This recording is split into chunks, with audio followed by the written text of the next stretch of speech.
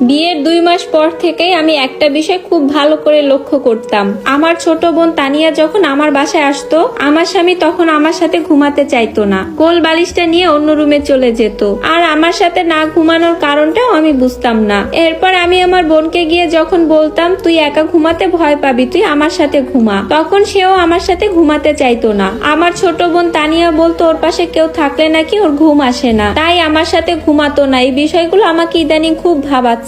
আমার স্বামী আজকে অফিস থেকে অনেক আগেই চলে এসেছে, অথচ অন্যদিন রাত 8টার আগে কখনোই তাকে আমি বাড়ি ফিরতে দেখিনি। রাতে খাবারের সময় যখন আমি আমার স্বামীকে বললাম আমি কিন্তু রাতে একা ঘুমাতে পারবো না, আমার একা ঘুমাতে ভয় লাগে, তুমি না হয় তানিয়া যে কোনো একজনকে আমার সাথে ঘুমাতে হবে, তখন আমার স্বামীর মুখটা, আমার বোনের মুখটা কেমন যেন কালো হয়ে গেল। তখন আর আমার বুঝতে কিছু বাকি রইল না। সত্যি যদি এই সন্দেহটা আমার ঠিক হয়, তাহলে আমার হয়তো আর বেঁচে থাকা হবে না। যাদেরকে আমি এত ভালোবেসে বেঁচে আছি তারাই যদি আমাকে ধোকা দেয়, তাহলে হয়তো হতভাগা মানুষ পৃথিবীতে আমার চেয়ে আর কেউ হবে না। এসব ভাবনার মাঝে আমার ছোট বোন আমাকে বলল, আপা তুই ভাত খেয়ে নে, আজকে আমি তোর সাথেই ঘুমাবো। আমি আর কিছু বললাম না, খেতে লাগলাম। রাতের বেলা আমার বোন আমার সাথেই ঘুমালো, আর আমার স্বামীও অন্য রুমে ঘুমালো। তবুও আমার মনে শুধু একটা ভয়ই কাজ করছে, আমার ধারণাটা যদি সত্যিই হয়ে যায়, তাই তো ঘুমানোর 1 ঘন্টা পরে আমি চমকে উঠে যাই একদম। পাশে আমার বোন নেই। যখন আমার বোনকে বিছানায় দেখলাম না, তখন বুকের ভিতরটা কেমন জানি করে উঠলো। আমার সন্দেহটাই তাহলে ঠিক হলো। তাই আমি বিছানা থেকে আস্তে আস্তে উঠে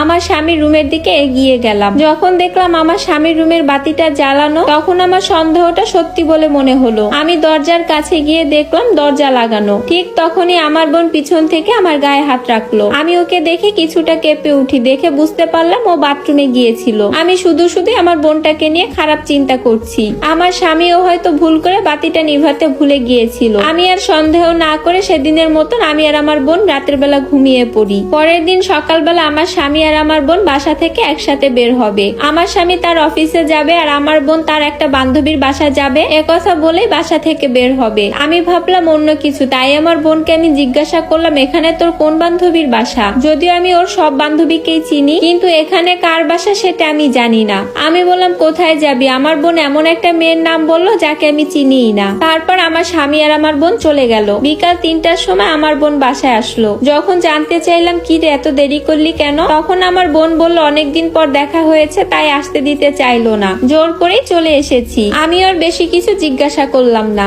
এরপর আমি গিয়ে আমার বোনের জন্য খাবার রেডি করছিলাম ডাইনিং টেবিলে। কিছু সময় পর দেখলাম আমার বোন গোসল করার জন্য ওয়াশরুমে গেল। যেই মেয়েটা অলসতার কারণে 2-3 দিন পর্যন্ত গোসলই করতো না, সেই মেয়েটা বান্ধবীর বাসা থেকে আসতে আবার গোসল করছে, এটা ভাবতে কেমন জানি অবাক লাগছে। আবার